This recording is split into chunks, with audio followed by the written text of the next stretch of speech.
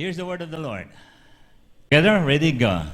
Nagtaka ako dahil ang dali niyong tumalikod sa Diyos na tumawag sa inyo sa pamamagitan ng biyaya ni Kristo. Bumaling kayo sa ibang magandang balita na hindi naman totoo. Ang totoo, walang ibang magandang balita.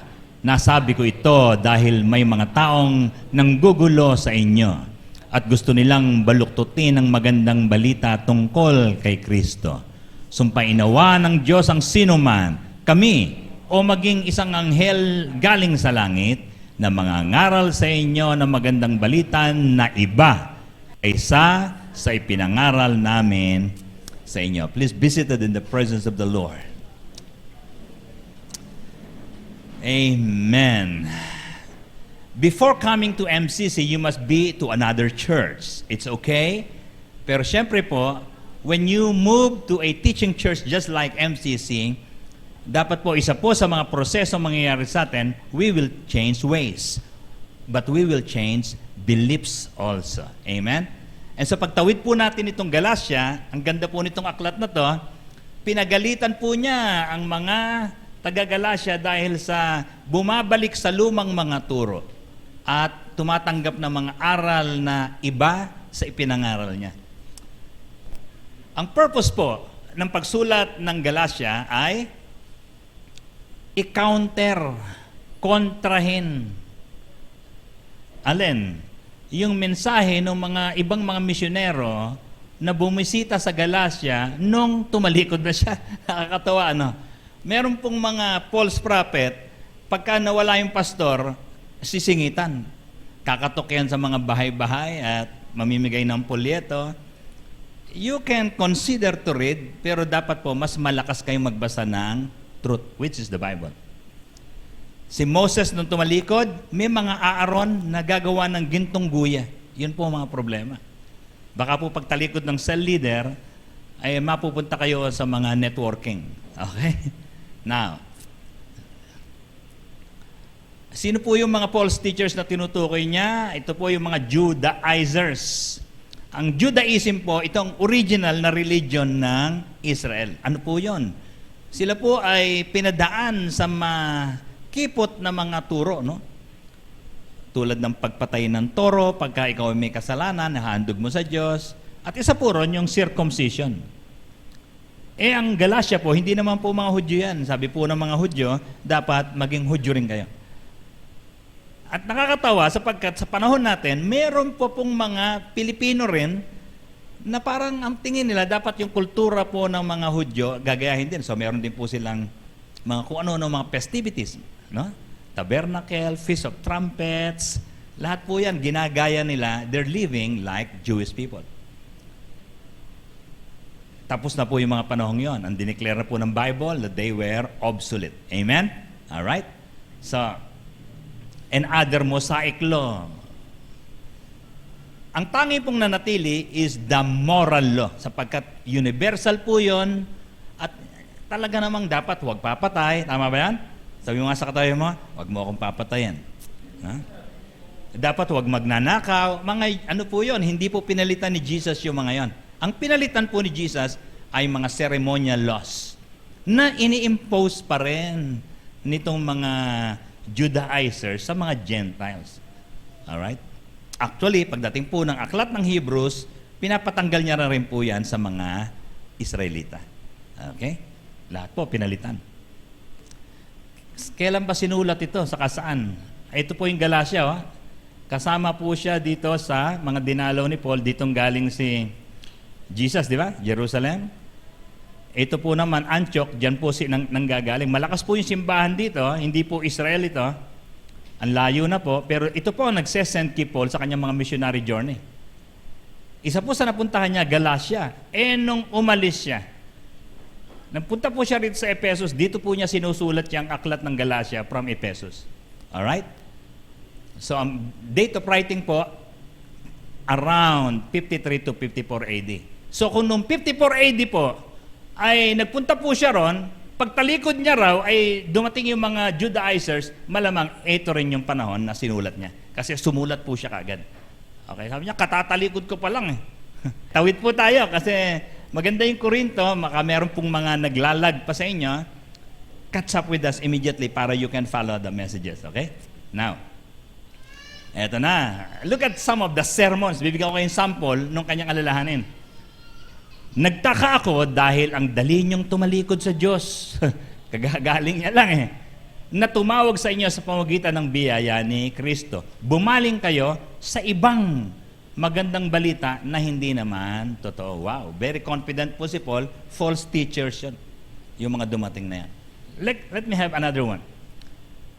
So ang Galatia raw po pala ay sulat sa mga ligaw o kaya naligaw o iniligaw. Look at these words. Ano ba naman kayong mga taga-Galatia? Ha? Chapter 3 pa rin ho ito, pero mainit pa rin ang ulo niya. Okay? Ano ba naman kayo? Hindi ba kayo makaintindi? Naku, ang ganda po sa English niya, no? Sabi niya, how foolish of you, Galatians, who has bewitched you? Kung ako po magta-transliterate ng Galatians chapter 3 verse 1, ganito po yon. Sinong kumulam sa inyo? Ganun po yan. Okay? Ito, medyo magaang to. Hindi ba kayo makaintindi? Bakit kayo naniniwala sa mga nanliling lang sa inyo? Hindi ba't malinaw na ipinangaral ko sa inyo ang kahulugan ng pagkamatay ni Kristo sa krus? Amen? Sabi nga po nyo, malinaw sa akin ang kamatayan ni Kristo sa krus. Ano po yun? Tanong nga yan katabi mo, ano bang ibig sabihin ng kamatayan ni Kristo? Sige, meron kang 1 second. Ano sagot? Dapat po, alam natin, ba't namatay si Kristo, ha? Or else, may darating dito, magtuturo lang sa inyo paano mag-cross, di ba? Pag kumidlat, sasabihin mo lang, Sus Mariosep, kala mo, titigil yung kidlat? Hindi, meron pang isa. It doesn't mean anything to you. It's because you haven't read Galatians. So dito, inulit po niya yung mga mensahe niya sa Romans. Kaya po, pag nagtuturo kami sa Bible School, halos pinagsasama po yan, Romans and Galatians. Diniin po mabuti yung pagliligtas ng Diyos sa sangkatauhan. Ang sarap po matulog, ano? Pag ang mga kasalanan mo ay natubos. Amen? Alright. Sabihin nga nyo sa Diablo ngayon, malakas ha, sabihin nyo, bayad to. Lahat ng kasalanan ko, bayad na. Amen? Pero sabihin mo sa katabi mo, huwag mo na uulitin.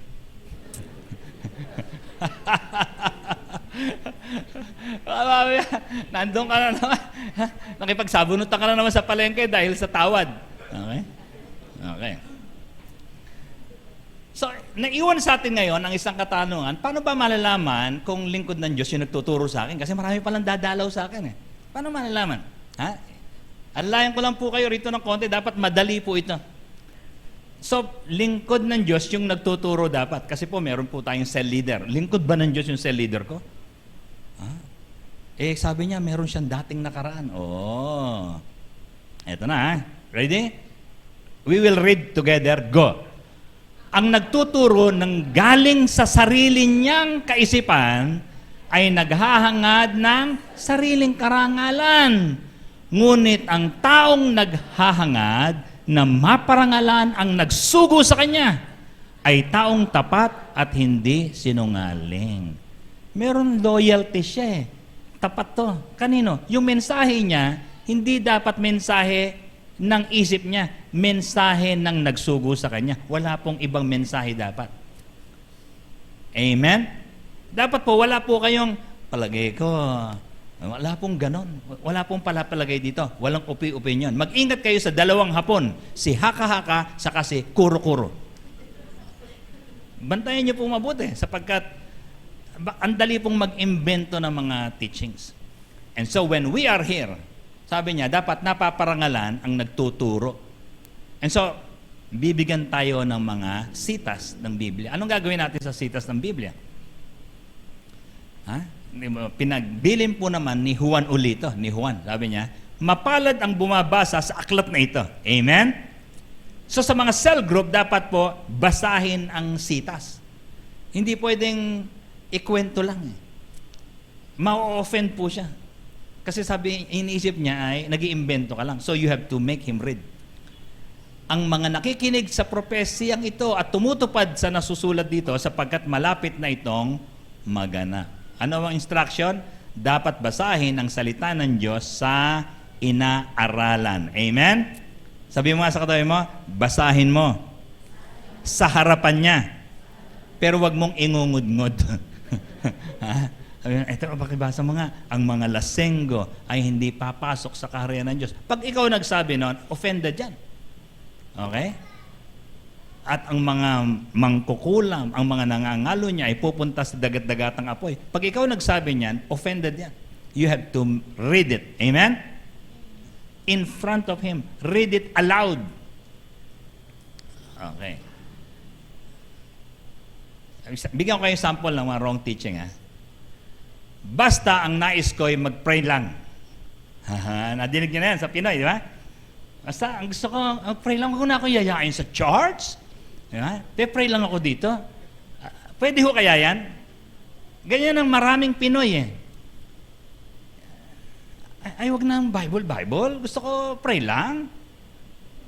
Pwede na ho kaya yan? Walang church, walang Bible, pray lang. Alam niyo po bang false teaching yan? Inimbento ng isip ng Pinoy. Convenience. Kaya pag hindi ka nagbabasa ng Bible, ay malamang hindi ka interesado sa Diyos. Sapagkat ang salita ng Diyos ay Kanya. Look at, ito ang tamang teaching. Ready? Balayan natin mabuti, Basahin natin na sabay-sabay. Go. Kung nananatili kayo sa akin at nananatili sa inyo ang aking mga salita, hingin nyo ang anumang nais nyo at ibibigay yon sa inyo. Balanse ba? Amen? So, sabi mo sa katabi mo, hindi pwedeng dasal ng dasal. Kailangan pala manatili sa akin at mananatili sa aking mga salita. Amen? Dalawa. So, dapat mapuno ng mga kahilingang panglangit, kahilingang pangkaharian. Kasi po baka kung ano-ano lang mga hinihingi natin. Di ba may mga expression na gano'n? Mamatay ka na sana. Biro mo mga prayer request mo. So sobrang galit mo kung ano-ano sinasabi mo.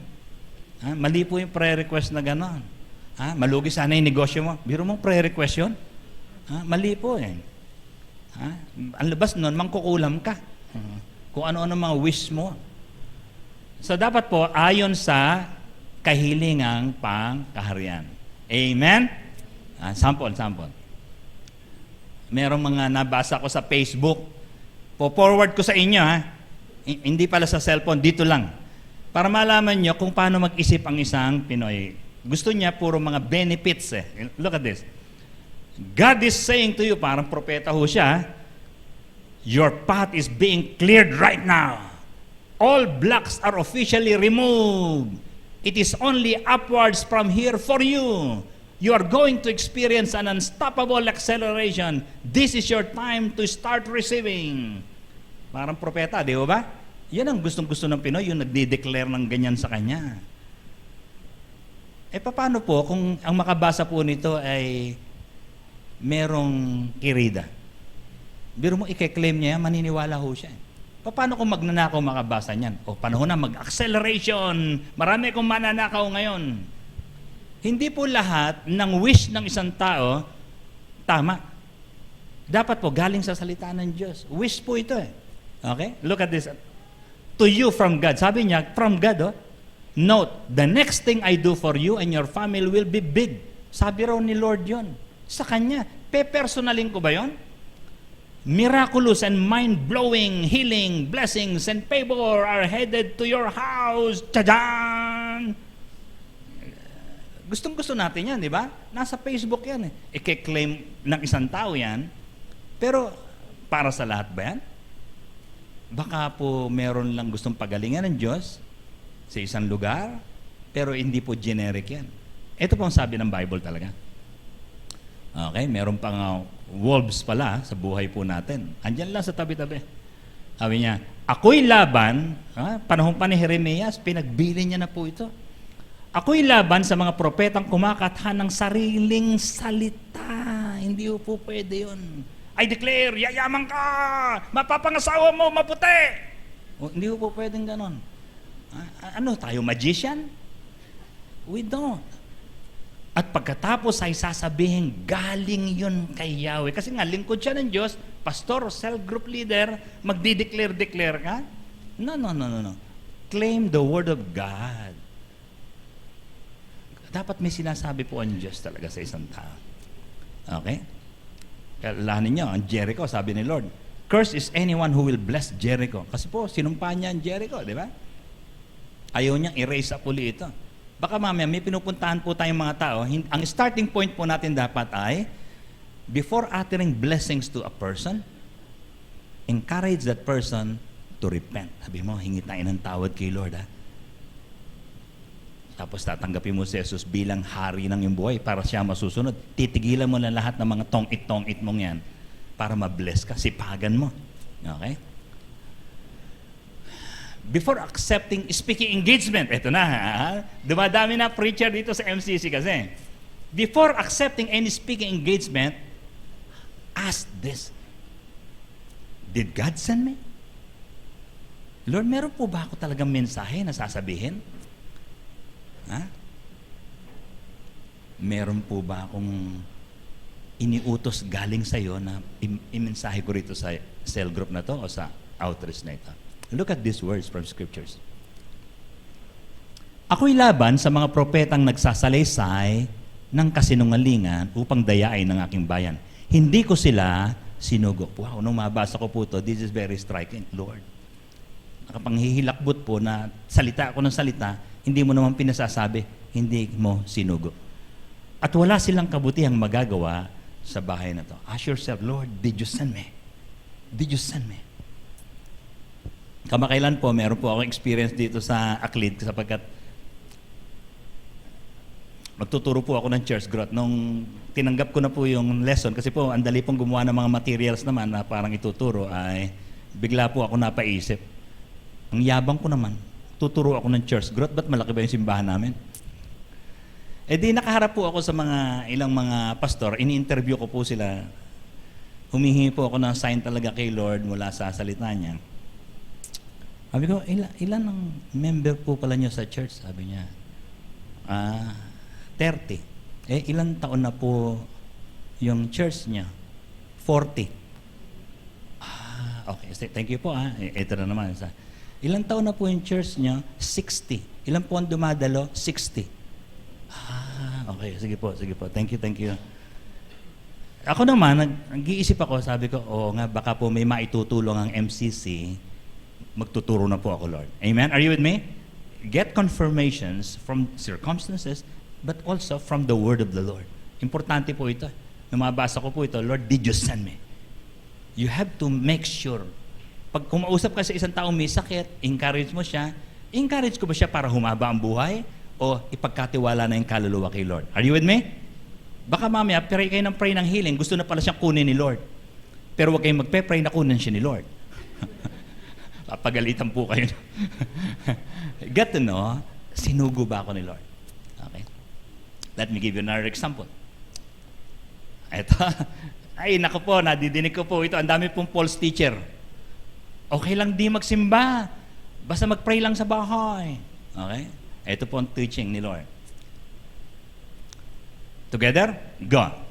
Huwag nating kaligtaan ang pagdalo sa ating mga pagtitipon. Palakasin natin ang loob ng isa't isa, lalo na ngayong nakikita nating malapit na ang araw ng Panginoon. The day of the Lord. Ibig sabihin po noon, the second coming of the Lord. That day. Bakit? Kung darating na Panginoon, dapat lalo tayo magtipon. Huwag niyong kakaligtaan, dad ang pagdala. Sabi mo sa katabi mo, check, absent ka na naman next week. Diba? Bakit? Wala pong prinsipyo kasi. Ito po prinsipyo kasi ito eh. Pag wala kang prinsipyo, pag nasa mood, sisimba ko dyan ha. Pag available, church ako ha.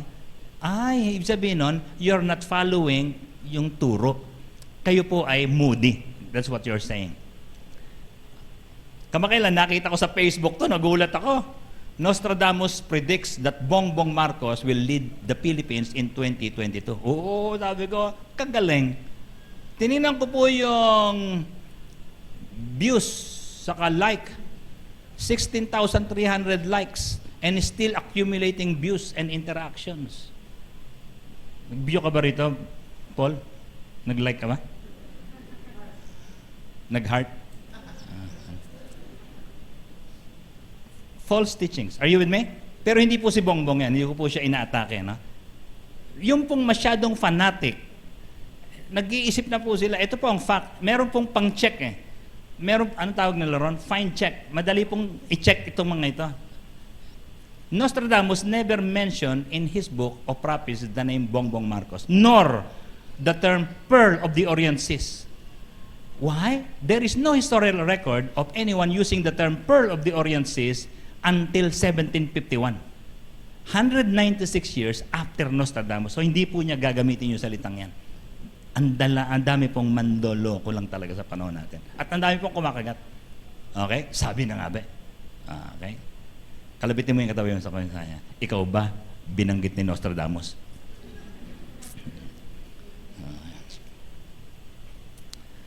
Dapat po, may mangangaral sa cell. Ito po ang aminin ko, may problema po talaga ako, no? Hindi ko madadalaw lahat ng cell. Yung mga outreach po natin, nadadalaw ko na lang once a month eh. Okay? Yung iba po, hindi ko na mapuntahan ng linggo. Ang punta ko na lang po dyan, yung mga mentoring po namin ng Wednesday, Thursday, Friday, and all that. No? So inuubos ko na po yung oras ko in producing workers, laborers. MCC is a factory of truth teachers. Amen? Ha? Sabi mo sa kanya, dapat kasama tayo sa mentoring. Ha? Sabihin mo!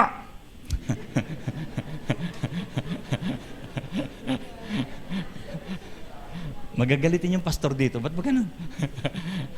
Dapat may mangangaral sa cell. At yung cell, dapat hindi puro sharing lang. O, pare, may problema ako eh. Ano ba? Yung misis ko, sinapak ako. Yun ang pinag-uusapan sa cell group. Hindi po ganon. Ay, ang putok na putok pong kwento ngayon sa Facebook, yung ano po eh, yung kay Johnny Depp, saka yung misis niya. Meron siyang magandang-maganda, batang-batang misis, dinimanda siya. Sinubaybayan po yun, ang tagal. Biro mo pag-uusapan yun sa cell group. At ang nanalo, hulaan niya. Johnny Depp, pinagbayad yung misis niya ng $15 million sa pag-iimbento ng kwento. Lies is pervasive today. Hindi po siya kinatigan ng korte. Kaya sabi sa mga memes, sabi niya, sa susunod na magrereklamo ka, galingan mo naman ang pag-arte. Gumaganon po yung mga memes. Okay? Now, ito po ang sabi sa mga cell leader. Dapat magtatamo ng kaunawaan ang mga napapalayo sa katotohanan. Di ba? Invite tayo ng invite sa church. Go back to church. And they don't like. Dapat daw, tatanggap ng pangaral ang mga matitigas ang ulo. Amen? Ipabasa niyo ang salita ng Diyos. Hindi pwede puro, sige, I'll pray for you. Hindi po magbabago. Pabasa niyo po, itong sabi ng Diyos talaga.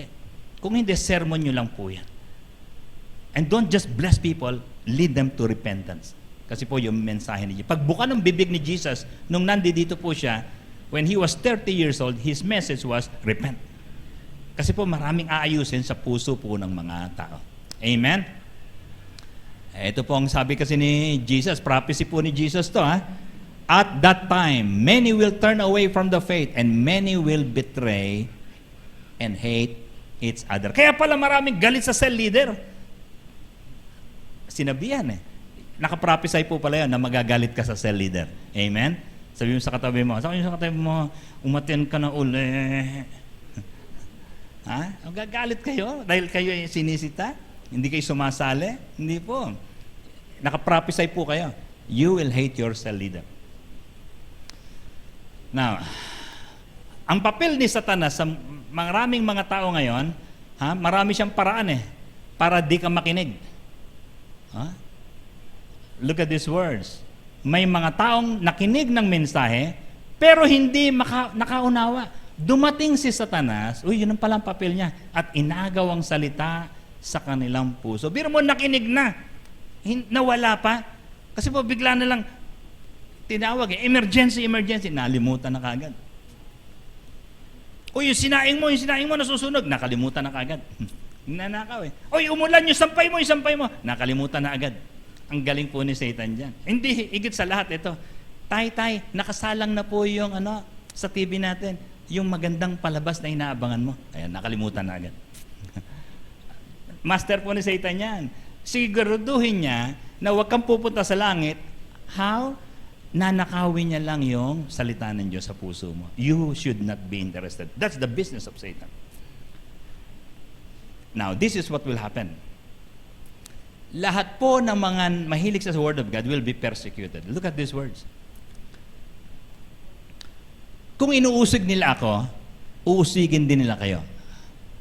At kung sinunod nila ang aking salita, susundin din nila ang inyong salita. Ang di sumusunod sa salita ng Diyos ay mananakit ng anak ng Diyos. You will be a persecutor yourself. So dalawa, alin ka rito? Nasaan ka sa Biblia? Yung sumusunod o yung uusig? Kasi sabi niya, kung iniusig nila ako, uusigin nila kayo eh.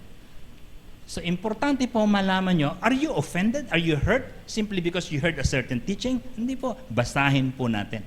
You got to take a look at the teachings. Nakatitik po kasi yan eh.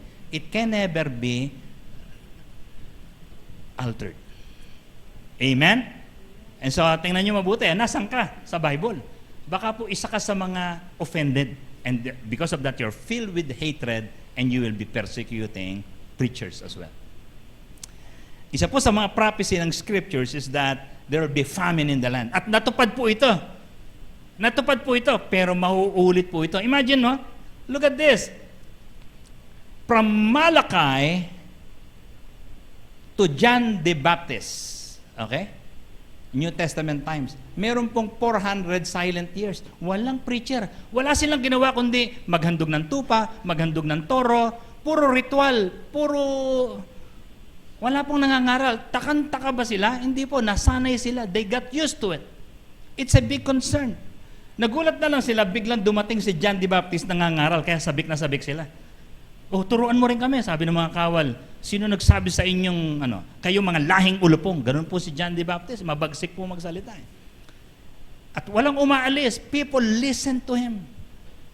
He is a forerunner. Now, mangyayari ba uli yan? Nangyari na eh. Ang Bible po, ang dami po mga repeated cycles. 400 years without a preacher from Malachi to John. What a tragedy. Ngayon po, sawan-sawa po tayo, di ba?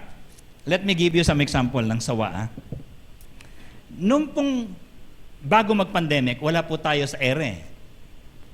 Wala po tayong MCCers Daily, wala po tayong streaming. Ngayon, nandun po ang MCC. Together, pati mga pastor na nasa mga dulo, malalayo, hindi kilala, all pa sa atin, punong-puno yan. Ang duda ko ganito, magsasawa ang mga tao. Ang daming mga preacher eh. And because of that, one day, they will just hate scriptures. Sawain po mga Pilipino, napansin ko. At pagka ang pangit na ng attitude mo, mangyayari po itong sabi ni Amos. Si Amos po nag-prophesy. Sabi niya, ganito ang sabi ni Yahweh, paulit-ulit na nagkakasala mga taga-Huda, hinamak nila ang aking mga katuruan. Biro mo yon? Pag merong preacher, hahamakin. Sabi niya, wala, umuwi ka na lang sa bukid. Kasi po si Amos, hindi po siya graduate ng Bible school. Siya po ay isang magsasaka na inutusan ng Diyos na mangaral. He's a planter of sycamore tree. And so sabi ng mga tao, uwi ka na doon sa probinsya mo, promdi ka. Hinamak po nila yung kautusan. Ito pong binitawan ng Diyos. Sinabi ng Panginoong Yahweh, darating din ang araw na paiiralin ko sa lupain ang tagutom. Magugutom sila, ngunit hindi sa pagkain, kundi sa pakikinig ng aking mga salita. There will be a spiritual famine. No more preachers. What a prophecy. Ano, pastor, hindi na ako sa leader? Oo, mangyayari yan. Kailan mangyayari yan? Everybody, listen attentively. Ang tawag po dyan, rapture. No more church. No more cell group. No more pastor to preach the gospel. Huh? Have you heard? Yung pong salitang rapture, wala po sa Bible yan. Pero dinescribe po yan itong talatang ito. Ito po ang sabi sa panahong yon, may dalawang lalaking nagtatrabaho sa bukid, kukunin ang isa at iiwan ang ikalawa. May dalawang babaeng nagtatrabaho sa gilingan, kukunin ang isa, iiwan ang ikalawa. Wala pong salitang rapture sa Bible, pero nilagyan po ng mga theologian ng salita upang malaman natin, isang araw pala, 9 o'clock na, ba't wala pa itong mga worshiper? Excuse me, rapture na, naiwan din ako. Baka maggaganunan po tayo. Okay? Titigan mo yung katabi mo, sabi mo sa kanya, papaiwan ka ba? Kalabitin mo. Baka natutulog eh. Sabi niya, sama ka ba sa rapture?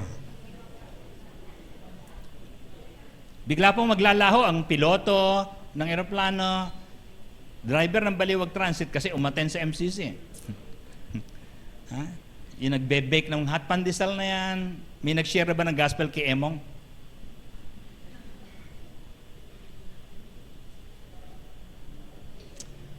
Kaya't maging handa kayo dahil hindi nyo alam kung kailan darating ang inyong Panginoon. Dapat distinct tayo, kakaiba. Hindi mo kokopyahin yung iba.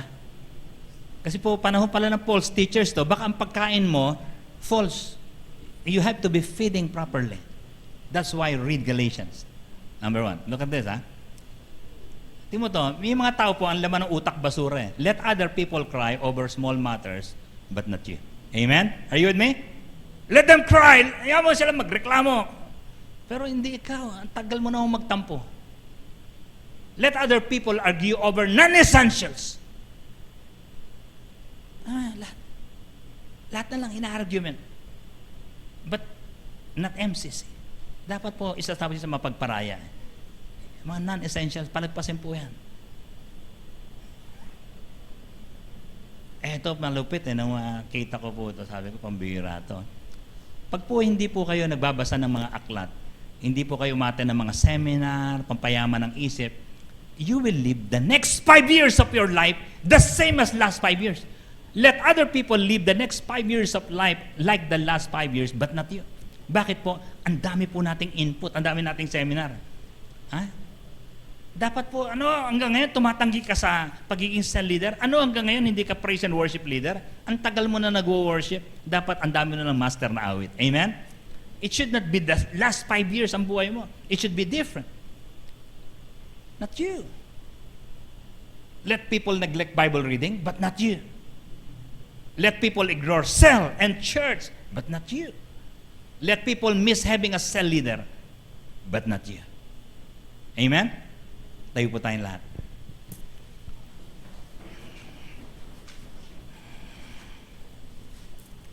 Hawakan natin ating mga puso. Kausapin natin ang Panginoon. Parang kapareho lang ako nung kapitbahay ko.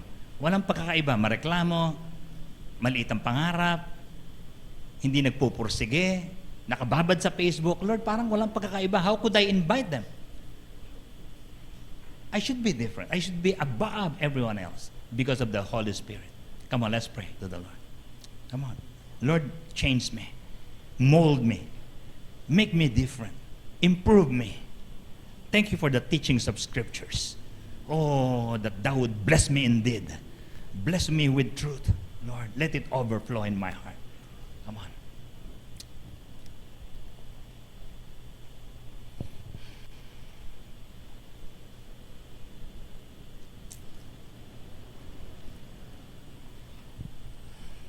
Pagpalain mo ang mga dalangin ng mga kapatid ko. Ayon sa mga nakatitik sa iyong mga salita, punuin mo kami ng iyong mga aral, ng iyong mga turo, upang hindi kami maliligaw ng mga maling mga mangaral. Oh, that thou would bless us with truth. And we ask, Lord, for favor. Let it be that we will not experience the famine of the word. That we will be hungry and yet we will find answers to our hunger. And we ask this in the name of Jesus. Amen. Amen. God bless you.